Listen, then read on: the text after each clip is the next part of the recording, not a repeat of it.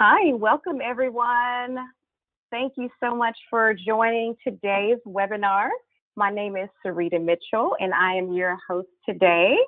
Our webinar, Planting Seeds for 2021 Success, is presented today by Hannibus and MJ Freeway. We've got an exciting lineup of guest speakers that will be presenting do's and don'ts for cannabis and hemp farmers, so we're so excited. I just want to share a few housekeeping rules with everyone before we kick it off. If you've got questions, we want to hear all of your questions. We're going to have a Q&A at the end of this presentation so that you can have an opportunity to talk with our experts. Also, I'll be sharing just a quick Hannibus company overview before I hand off the webinar to our moderator, which is Hannibus co-founder Cliff Cook, and he will be sharing the introductions for our speakers. And at the wrap up of this webinar, we will also have closing announcements in the survey. So please stay around to the end. So everyone, in case you have not heard of Hannibus before, I just want to introduce myself. I am, as I said, Sarita Mitchell, and I am a co-founder of Hannibus. We have two additional co-founders as well who are on this call, and that would be Cliff Cook, as I mentioned, who's our Chief Sales Officer and co-founder, as well as Akil Franklin, who's our Chief Technology Officer as well. Hannibus is an agricultural consultancy, and we work with farmers to help them build, grow, and scale their businesses. Our headquarters are in Austin, Texas.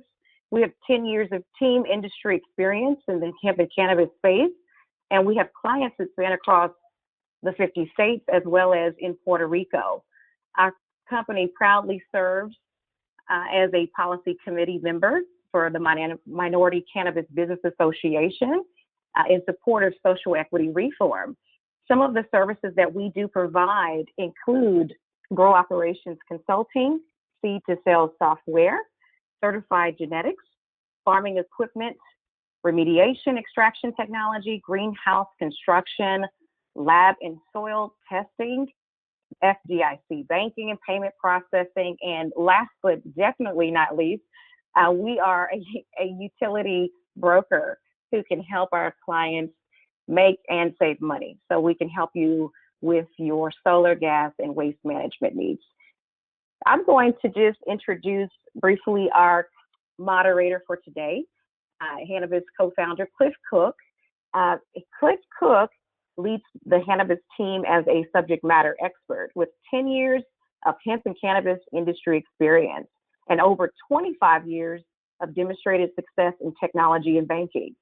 His reputation for cultivating high-value relationships and win-win alliances has earned him the recognition as the go-to resource for customer insights, trends, and solutions. Cliff is a proud Chicago native, a blogger, and also he attended SIU. Cliff, welcome and thanks for being on the call today. Over to you.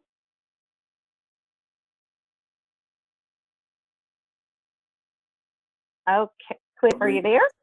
Yes, thank you for the lovely introduction. First and foremost, we would like to thank everyone for joining us in our first of many upcoming webinar series. We're delighted to have our partner MJ Freeway on board for this kickoff.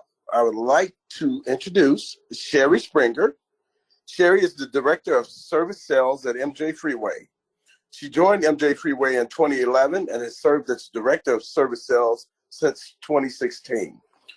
Sherry has worked endlessly to educate the cannabis industry and assist clients in obtaining their licenses through opening their doors and optimizing their business operations.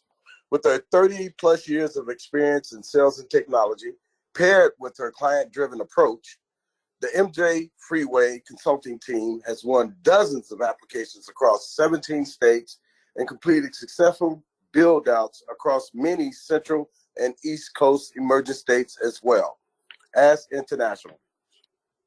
Next up, we have Matthew Lawson Baker.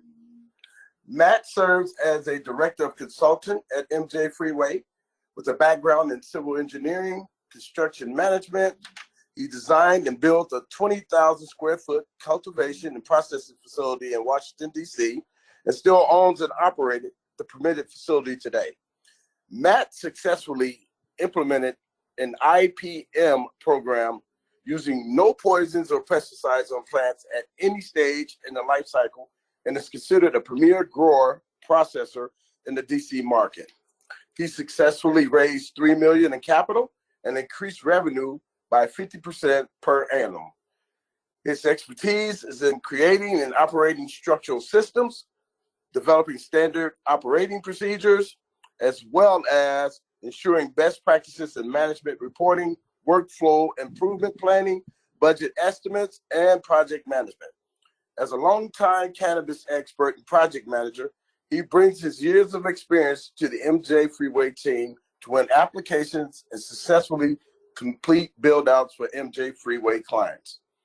With that being said, and the introductions are done, I would like to turn it over to Sherry Springer. Thank you very much, Sherry, and the mic is yours. Great. Thank you for that introduction there, Cliff. Thank you, everyone, for attending today. And I'm sure you're mostly wanting to hear from Matt. He is definitely our expert in this, but I'm going to cover a little bit about how to get from that light bulb phase to operational and post-operational. And if you look at the graphic that I have here up on the page and you look at the arrows across the screen, that's exactly kind of a roadmap of how to get there. You have pre-application work. You have the application work. You have build out, or what we call pre-operational work. You have getting ready for that inspection, because remember, just because you have the application and you got the permit, it is a provisional permit until you pass inspection. Then you have go live or operational, and then you have business optimization, and that's where you can scale your business. So what I'm going to do is I'm going to let Matt talk about the orange and the purple and the last part of this roadmap. I'm mainly going to focus on the pre-application and application work. If you can see the gray section, and the reason why the gray section is very big in this graphic is I believe a lot of times people put very little effort into the pre-application work before they get to the application. And it's really important to understand that pre-application work. In the United States and abroad, but mainly in the United States, we see three types of licensing processes to get licensed here. We see competitive, non-competitive, and fastest horse to the finish, okay? The difference between all of those is in some cases, it's very competitive to get a license. For example, I'm just going to throw out Arkansas, okay? In Arkansas, they gave out 5 grower processor licenses in the entire state. That's it. They had over 90 people apply. I'm happy to say we helped 2 people and both won, but it was extremely competitive. What defines it as competitive? A competitive application is where you have an application that's published, you have a rubric for that application. It's worth 100 points, it's worth 1,000 points, right? It can vary. I can tell you in Arkansas, it was worth 100 points. And for a grower processor license, you move to Pennsylvania, that grower processor license had a 1,000-point rubric. You move into Missouri, it had a 1,600-point rubric. It varies, right? Every state is looking for different things. And then, so they publish the rubric, they publish the application, and then they have a submission deadline. You submit at the same time, they read all the applications, they score them, and then there's a line drawn in the sand, and everybody above wins and everybody below loses. That's competitive. Non-competitive is where, take for example, Oklahoma. For $2,500, you can fill out an application, and within 30 days, by the law, they have to either approve or deny you. If they deny you, you're pretty much going to know why. You get to fill out another application, make those mistakes, correct them, and for $2,500 more than likely you will get approved. So, but there's no limit to the number of licenses there. It is rolling applications. And then you move to the scenario, which is what I call fastest horse to the finish. And that is where you find applications where, I'm just going to pick on Michigan and Ann Arbor. Ann Arbor said, we're going to give out 28 dispensaries in our municipality. When those 28 are gone, we're not giving out anymore. And so in that case, you had to be the fastest horse to the finish. And if you didn't finish before the 28th slot, you didn't get it. But there was no submission deadline. You submitted, they approved or denied, and then once they've hit 28, there's no more. So every area right, has different processes, and you want to make sure that you understand that process moving in. And here, that's what all the pre-application work is done.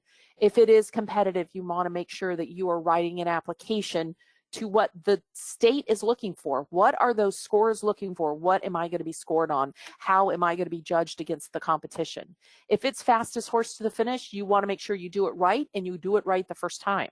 And so these are things that you need to plan for. And then in some cases, if you take Ohio, for example, when they came back to inspect you, look at my purple box there, right? They brought your application in and they inspected you based on what you wrote in the application. So you have to make sure that you had a really good plan in place, because you had to make sure all the pieces of the puzzle fit together in the build out, which is what Matt's going to talk about next. So making sure that your finances, your location, the development of your strategy to win, whether it's fast, getting over the finish line first, or winning, an application, or just doing it right in cases where it's not competitive. Because if it's not competitive, there's going to be a lot of people applying, and there's probably going to be a lot of applications, permits going out. My last count in Oklahoma, they passed out 10,000 licenses there thus far. So it's very different. You can be successful in Oklahoma, but it's a different market when you have 10,000 licensed operators compared to a market in Arkansas where you only have 5 for growing and processing. So you want to make sure that you understand your rules and regulations. And I know Matt's going to talk about that in a minute, but that is one of the most important things you have to understand in the pre-application work. And then you have to understand the barriers and the differences between this industry and other industries, and the difference between state and federal, federally illegal, state legal. There are some real differences in this industry you need to understand. But with that being said, the yellow part, right? You move into writing the application. That's making sure you have your zoning and your ordinance. That's making sure you have a community impact plan, because there you can get scored on that. A diversity or social equity plan, which is what Sarita talked about earlier. You have to understand your team's strengths and weaknesses and write towards your strengths, downplay your weaknesses. And then you have to understand operational plans. And what I mean by that is, what is your inventory control plan? What is your safety and sanitation plan? What is your record keeping plan? And all of the things that they're probably going to ask you for in your operational plans. With that being said, I'm going to turn this over to Matt so that he can talk more about the next phase, which is more operational. It's the fun part after you've been permitted. Matt?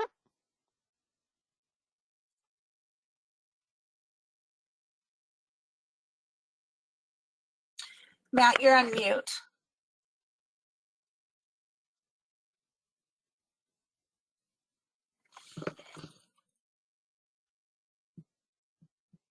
Matt, you're still on mute. You have to take yourself off.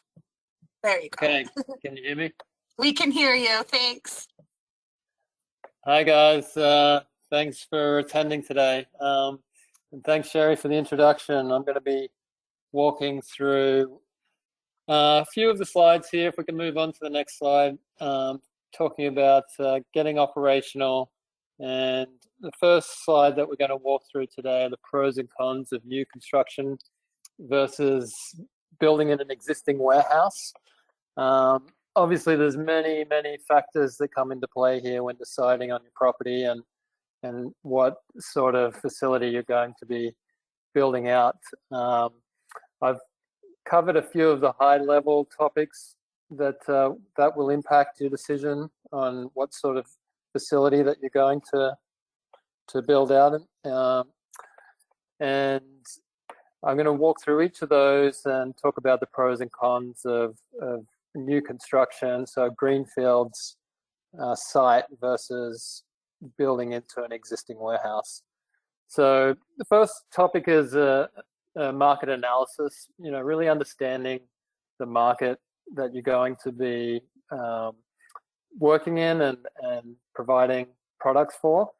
Are you in a medical market versus a recreational market?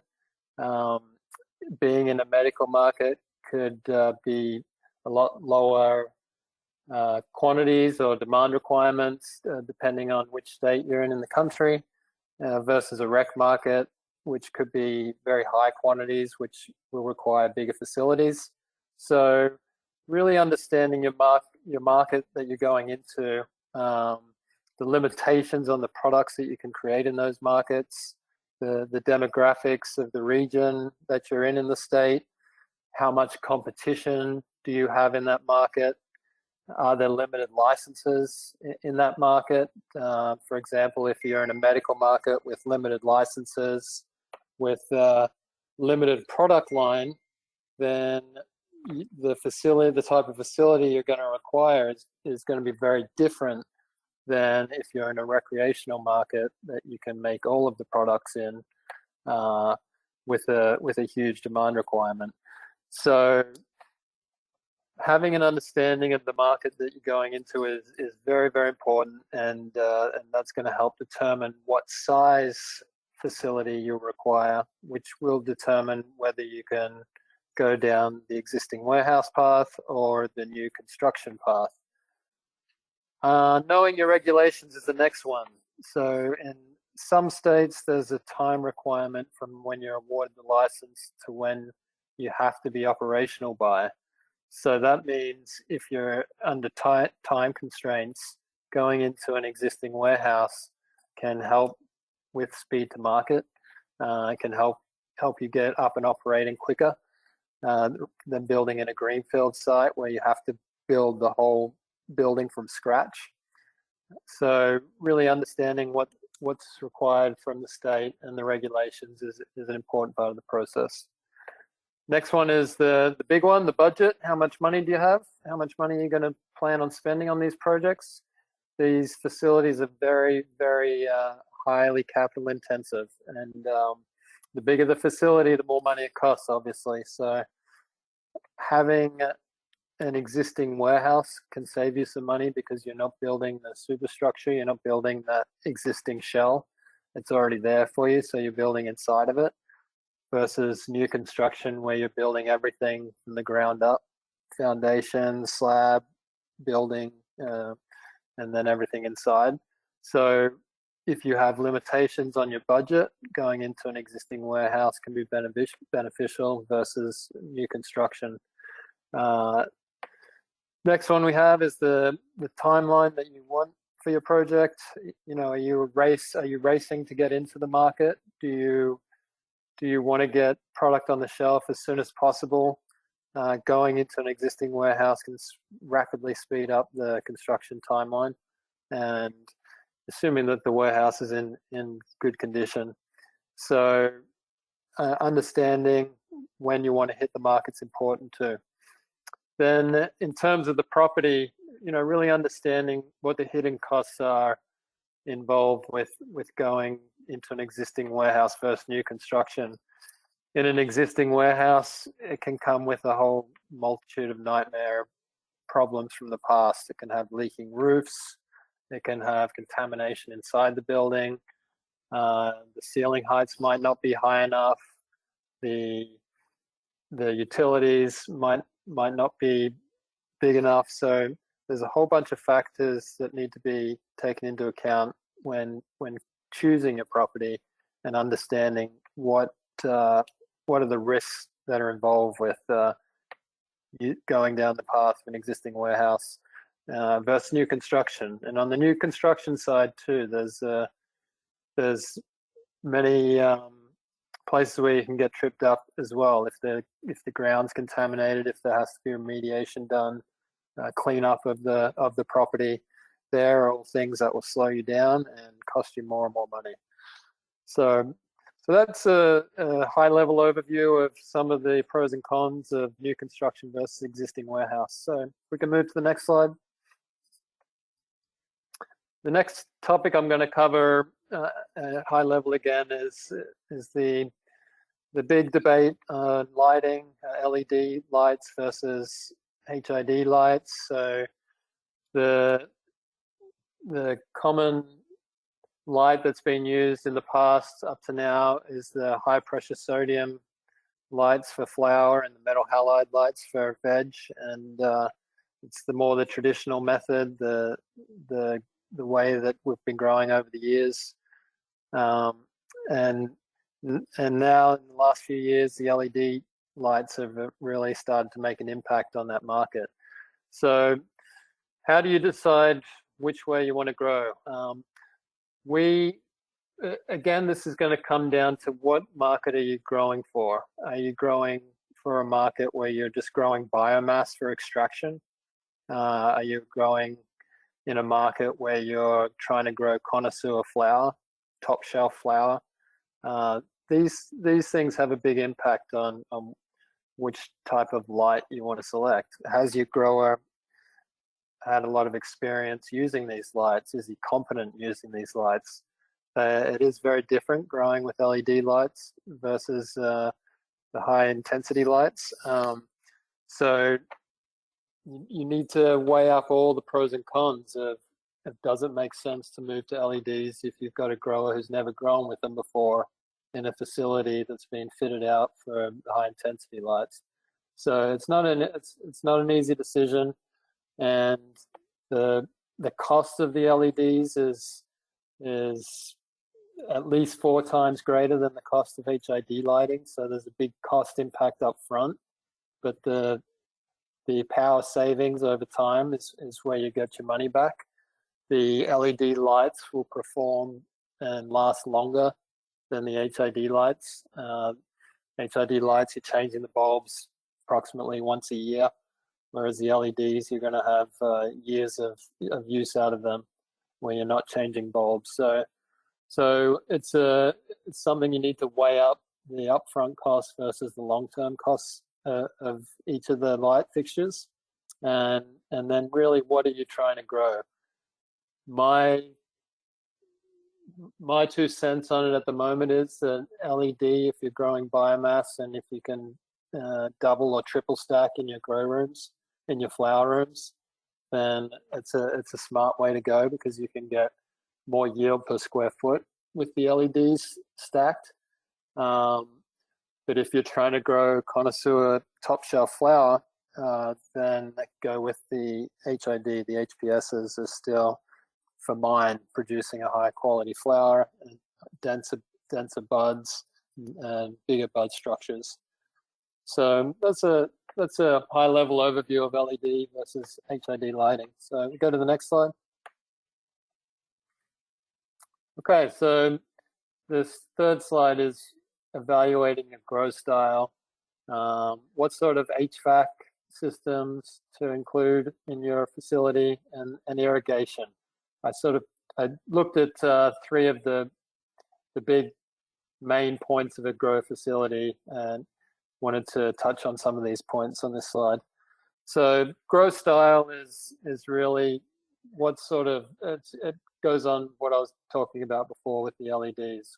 What sort of product are you trying to grow? Are you trying to grow biomass for extraction, or are you trying to grow top shelf flower for sale?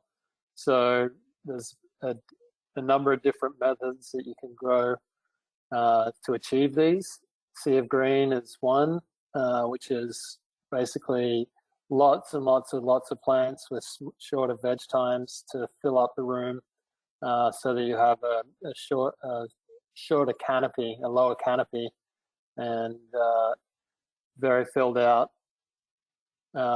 within that canopy, versus big plants where you veg for longer and you have much bigger plants that'll grow bigger buds, but less of them.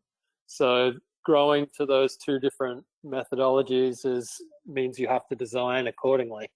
The Sea of Green style is more suitable to an LED style of grow, LED lighting, because the LED doesn't get the penetration through the canopy, whereas the high pressure sodium lights with the big plants will get that penetration through the canopy down into the lower parts of the plant structure. So understanding what type of grow style you're going to move forward within your facility will determine how you design your facility. HVAC, so obviously air conditioning is a massive part of indoor growing, and deciding on what type of system to design and install in your facility is really the make or break of your facility.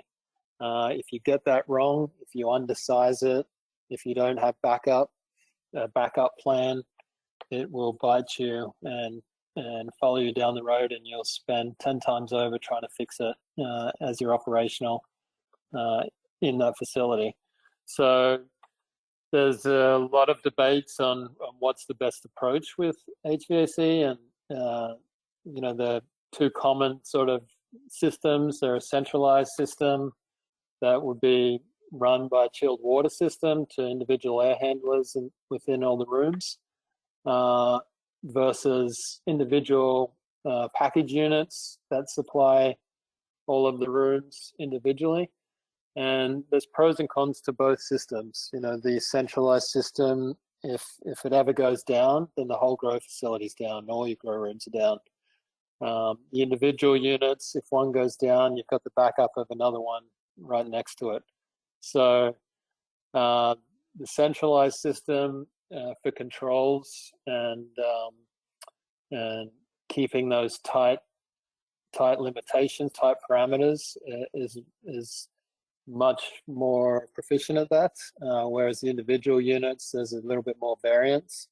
So there's a lot of pros and cons and what is the best HVAC system to put in your facility.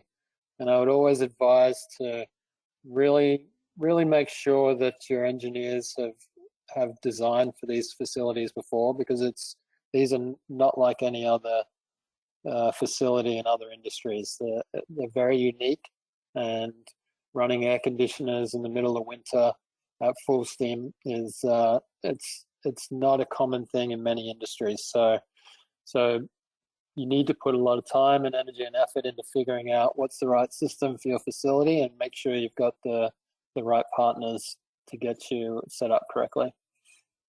And then lastly, I've got irrigation, fertigation systems, water treatment systems, and drip irrigation. A lot of facilities put this as one of the last things they figure out, because the engineers and designers haven't had a lot of experience with them. So it always ends up as an afterthought or lower on the priority list. But for me, it's one that should be right at the top, because the irrigation it's the lifeline to the plants. And if you get it right and plan it out properly from the onset, then all your plants are going to be happy and healthy and yield very highly. If you get it wrong and make it an afterthought, it's a very difficult task of trying to fix that when you're operational. So really understanding what your water source is and the quality of the water coming into the building and what treatment it requires, and then having a robust fertigation system that can work with your facility design and have the flexibility to provide all of your grow rooms with the water on demand and as required. Drip irrigation systems, obviously, automated systems versus hand watering reduces the labor costs in the facility. So they're not perfect. They still need to be checked and monitored and maintained, but it makes for a much more efficient process and will allow you to get a more consistent product. So that's my overview of setting up a grow facility. I'll pass it back to you guys. Wonderful. Thank you, Matt and Sherry. You've done an excellent job really explaining what it takes to plan and implement a lot of the solutions that you recommended, and you did an excellent job. So we're very honored to have you today. So I am opening up the webinar to our attendees to ask questions. Here's the best time to have that one-on-one connection with an expert that's been very successful running a business, and we want everyone to just feel free to ask your questions. No question is too small or too big. Please feel free to ask. So who wants to kick off a question first?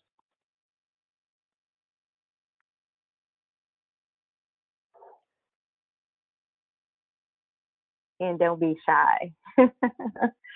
And I'm not sure if we have any.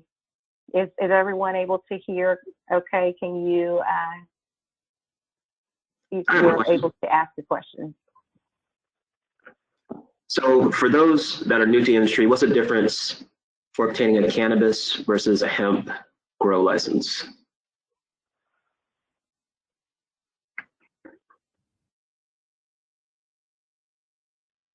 Hi, this is Sherry. So I will take that question. So here is the difference in going. How could I do this? I like to think of it as a reverse engineering project. And the reason why I like to think of it that way is you have to start with the demographics of the market. Once you understand the demographics of the market and what they want, then you reverse it into what I'm going to put on my shelves. And then based on the products that I'm going to put on my shelves, you back it up and you say, okay, here this is the best way to process the products I want to put on the shelf to meet the demands of the demographics. And then you back it into, and here is the raw material or the cultivation and the plants and the strains and everything I should be growing to process that to put it on shelves to the demographics. So when you're saying which is better, that's really a broad question, because you would have to really drill down into finding the right opportunity and understanding what the market demands are to understand if it's CBD or THC. Now, with that being said, going about getting licensed for CBD and THC are very different. I will tell you the licensing process for THC is extremely stringent. There's a lot of details. Like I explained before, it could be competitive, non-competitive, or fastest to the finish, right? When it comes to CBD licensing for hemp, it's a little different. And I will tell you, you need to think of every state as its own country. And even though the Farm Bill passed, I will tell you, the regulators kind of put the cart before the horse, and now the horse is catching up.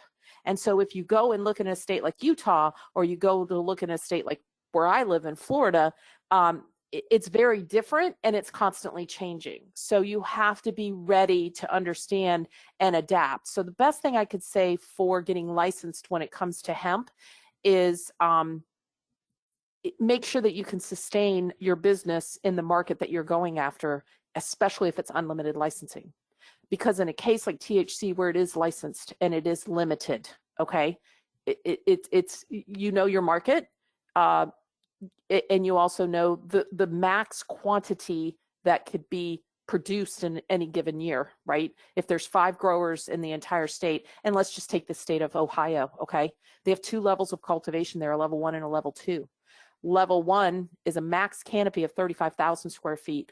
Level 2 cultivators, it's a max canopy of 3,500 square feet. So when Matt was talking to you about maximize your square footage, in some cases you're limited. So if you know that there are only, in the case of Ohio, there's 12 level 1s and 12 level 2s, so there's 24 cultivators, and you know the maximum square footage they can grow, and on average X number of harvests per year, if they're efficient or not efficient, right? Here's the maximum amount of product that can be grown in there. Then you go to the market and you do that reverse engineering with the demographics and all that, and it becomes a business, equation, so to say.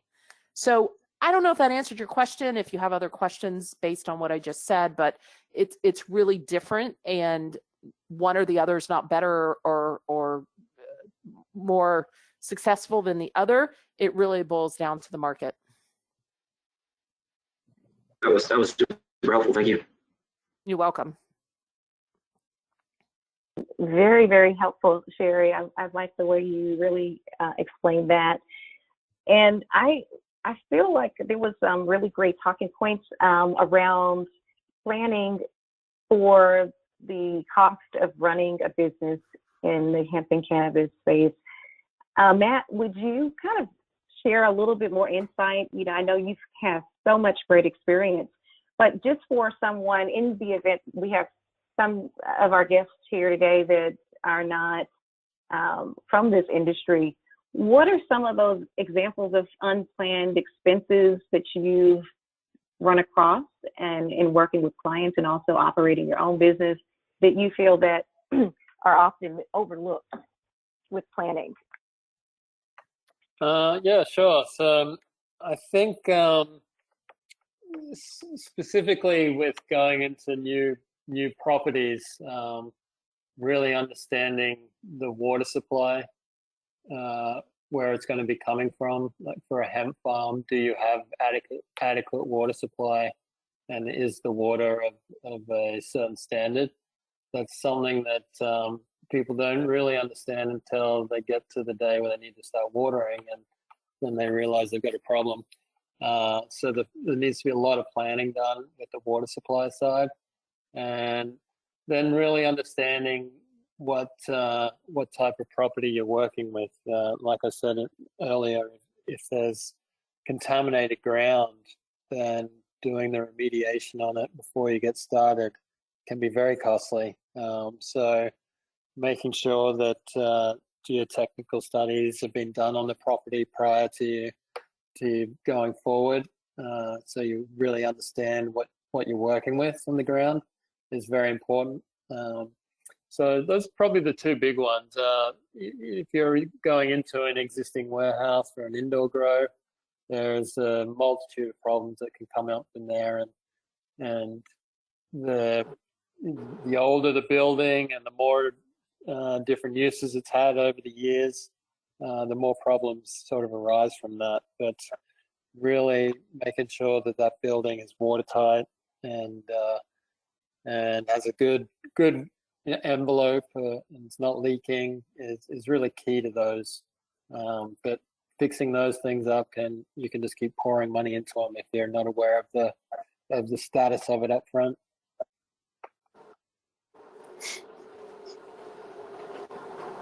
Wow. Great. Very valuable. Thank you, Matt. Yes, I have a question for Matt. Sure. You spoke about the two grow style methods. Now, would those methods apply to both cannabis and hemp by any chance? For outdoor grow, it's a little bit different. So that's more for indoor grow when you're working in an indoor scenario. On the outdoor, it's a little bit more standardized. The veg times and then going to flower is sort of a more of a set schedule, and your plant layout on the site when you're doing outdoor is a bit more well defined. I think growing in an indoor scenario, there's definitely more options that you have to work with and different ways of growing. Whereas on the outside, it's more like traditional farming methods, and so they're pretty consistent across the board on the outside. Oh, okay. Well, thank you. That's very informational. So, which of the two would you consider to be the most effective grow style? And I'm sure it depends on space, right? Yeah, I mean, like I said, I think it's dependent on what's your end game. Are you growing for biomass for extraction, or are you growing for high quality top shelf flower? So if it's for biomass, sea of green for sure on multiple levels is a great way to grow. Okay. And then if you're growing for top shelf, for me, my opinion is growing the bigger plants gets you bigger buds, a high quality bud structure. Good. Okay. Anyone else have any more questions? It looks like we have an attendee that has a question. Let's see. I don't see the name, but the question, it looks like, is for Matt. It says, you mentioned setup and design. How would you recommend implementing logging and tracking measures? Great question. Yeah, I mean, data is key in this industry, and the more data you have on tracking of your plants, the more informed decisions you can make going forward. And obviously, you're representing MJ Freeway. It's a big part of the software that we provide that has all of that capability of tracking everything from start to finish, and really being able to understand all those variables in the facility, all your environmental conditions, all your costs of labor, your costs of goods sold. So having a strong software system that's capturing all that data for you to analyze is really key to being able to make informed decisions of how to improve your operation. And like I said, MJ Freeway is best in the business, got great software capability and ERP system on the back end to slice and dice all that data and analyze it so that you can make those informed decisions.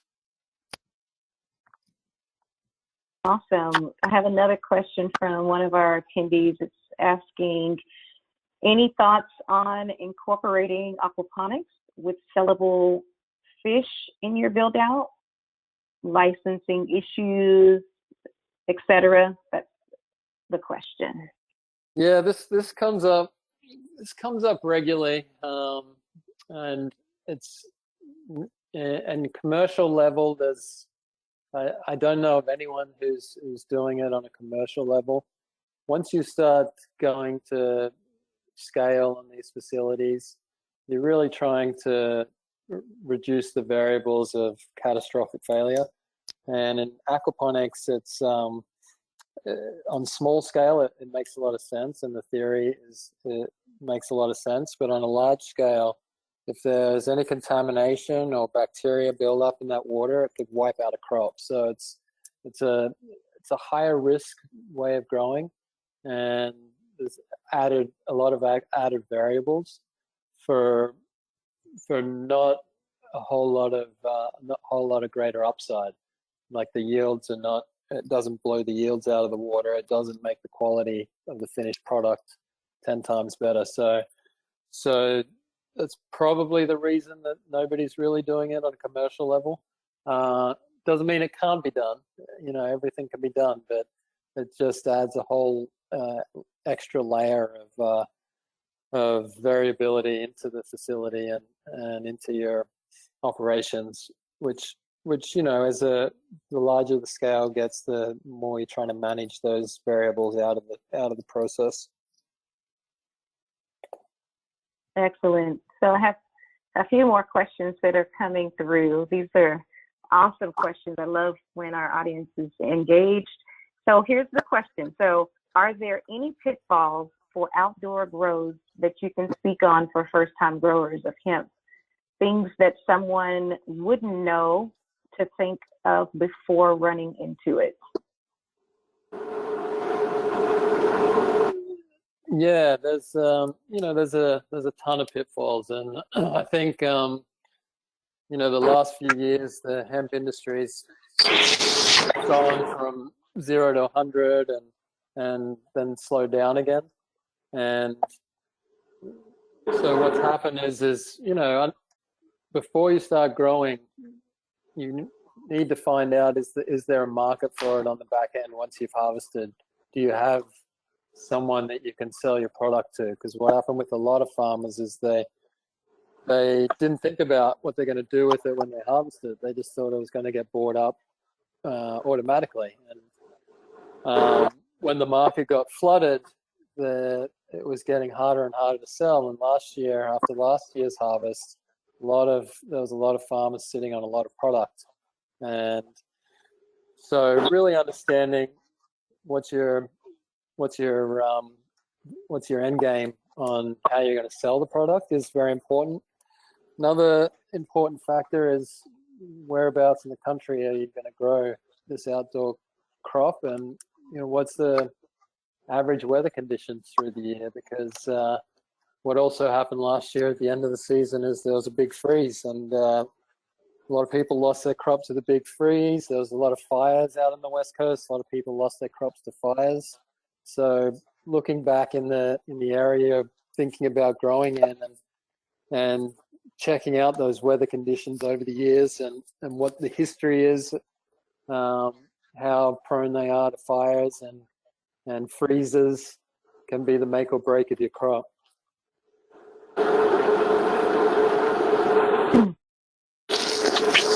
Thank you for that answer, Matt. And this question looks like it's a two-part question. This may be one for Sherry, you and Matt. And it's just in general, part one of the question is, what states are currently accepting licenses? And part two of the question is, which are the most competitive versus least competitive currently? I can take that one. After the November election last year, there was 6 initiatives for 5 different states, and every one of them passed. Besides those initiatives, you also had other states that were up, getting to the part of rolling out their application processes. So in November, you had South Dakota pass both the amendment and the measure for both medicinal and recreational, and that's the first time ever that a state passed medicinal and recreational all on the same ballot. You had Montana that went recreational with Initiative 190. You had Mississippi that went medicinal with Initiative 65. You had New Jersey with S21 in New Jersey that went recreational. And with Proposition 207, you had Arizona go recreational as well.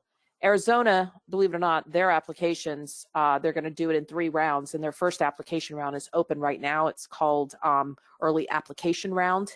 And if that's something that you're interested in, it's very, very, very specific requirements.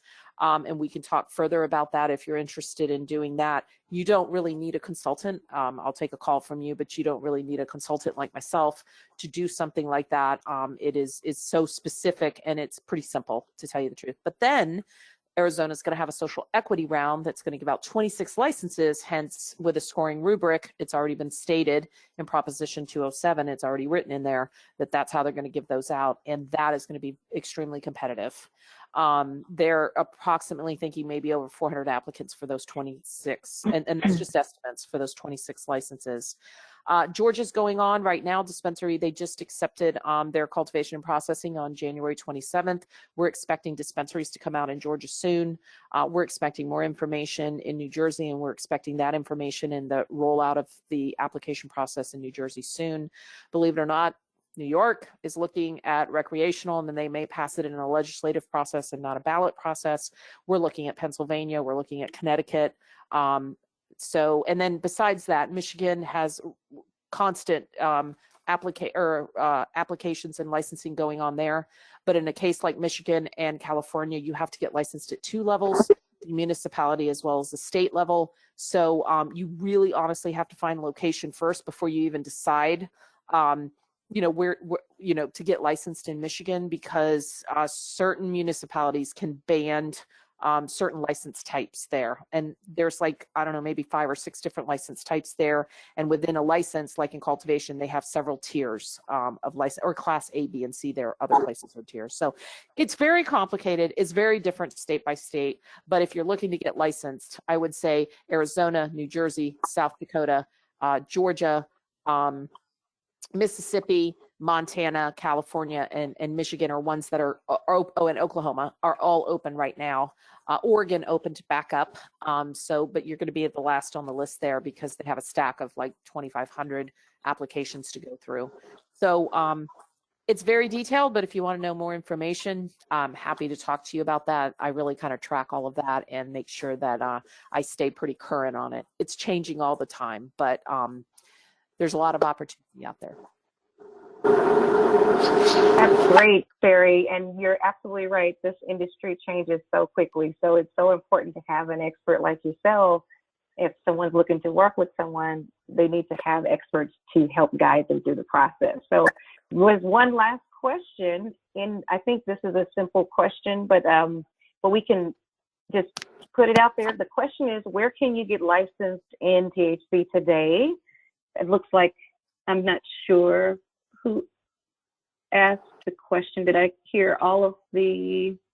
That's pretty much what I just answered before. Yeah, that's right.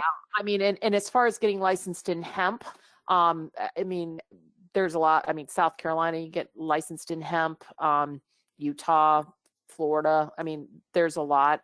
So to answer that question thoroughly, it would take a really, conversation to be able to say. But if you have an idea and you're kind of state agnostic and you're kind of open to like the Southeast or the Northeast, then we can narrow it down from there.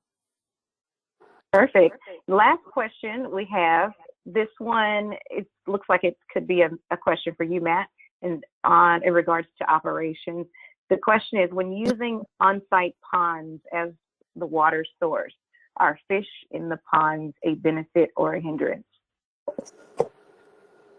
So it's going to depend on the water quality. So you would have to get water quality testing done, and then your water consultant will be able to advise you on the treatment required. Most water coming into facilities goes through some sort of treatment process. So I don't think the fish would have any issue in the pond. It's really the quality of the water and what treatment's required before it can go to be used for irrigation.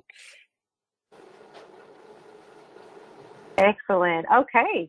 Well, we are out of time on questions, and so if you're on the call and you didn't get your question asked, please write to me or our team, and we can route those questions and make sure that we get those answered. But just in respect for everyone's time, we will just go ahead and offer an invitation to anyone that's on this call. If you're ready for MJ Freeway Consulting, there's a QR code that you can scan here, and this will take you to a landing page where you can include some details about yourself and your plans.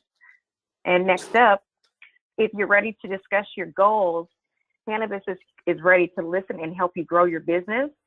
We call our team the Green Team, and that's led by Cliff Cook, our co-founder. As you can see, his picture is here. He's smiling, waiting for you.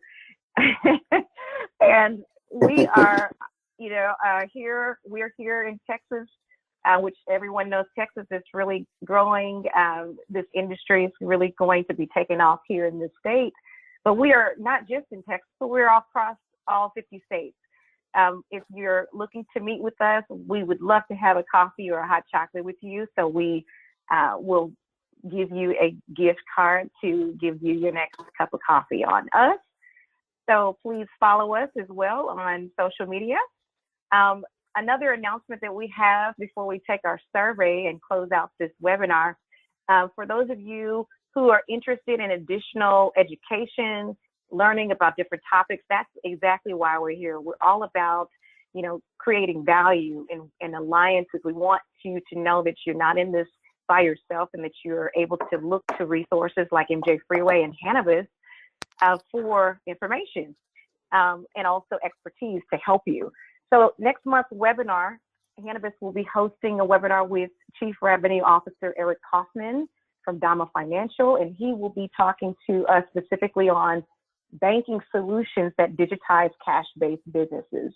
Since we all know that we are a lot of companies that are in the hemp and cannabis space, have these needs. We want to make sure that you can tune in for a webinar on this topic. So we will invite you. Please come to that. And now for our survey. This is just a quick 3-question survey. I'm going to launch the poll. Let's see. Okay. So the first question, what are your top farming challenges? And if you can answer the question, answer A is business planning and compliance. Answer B is vendor selection. C, streamlining operations. D, marketing. E, business capital and banking. Please answer the question. And this is very helpful for us to learn how we also address needs that we come across, and we're able to provide tailored solutions and webinars and things like that to address the question. So let's go on to, looks like a lot of people answering this question, and streamlining operations looks like it's the leading answer. Wow, good to know. Next question. Let's see, go to, all right, what industry topics interest you most? So those answers, so A would be growth strategies and operations, technology, farming equipment, marketing, processing, manufacturing, distribution. I love this. We're looking at real time. Oh, this is a tie. Okay. So it looks like there's a split. Everyone wants to know about growth strategies and operations. Oh, wait, hold on. Let's see. Did it change? No, more people are saying farming equipment. So it's changing a little bit. So there's a even split around growth strategies and operations, technology, and then marketing. But then farming equipment seems to jump out as the top answer. And then grow up. it's yes. So this is really helpful. So thank you all for answering that question. And then last question, yes or no, would you like to be contacted by a Hannibus consultant to talk more about your goals? Awesome. All right. Well, great. Well, thank you all so very much for answering questions and participating in this webinar. Thank you so much, MJ Freeway team, Sherry and Matt, and Missy also for helping us set up this webinar. Thank you to the Hannibus team, Cliff Cook, and Akil Franklin. Thank you all so much for being a part of this webinar. We really, really appreciate you. And I'm sure our audience is very, very grateful to have an opportunity to hear all of these great, this great advice and wisdom that you were able to share. So with that, everyone, we want to conclude the webinar. We look forward to meeting you and talking with you in the next webinar. Have a great day.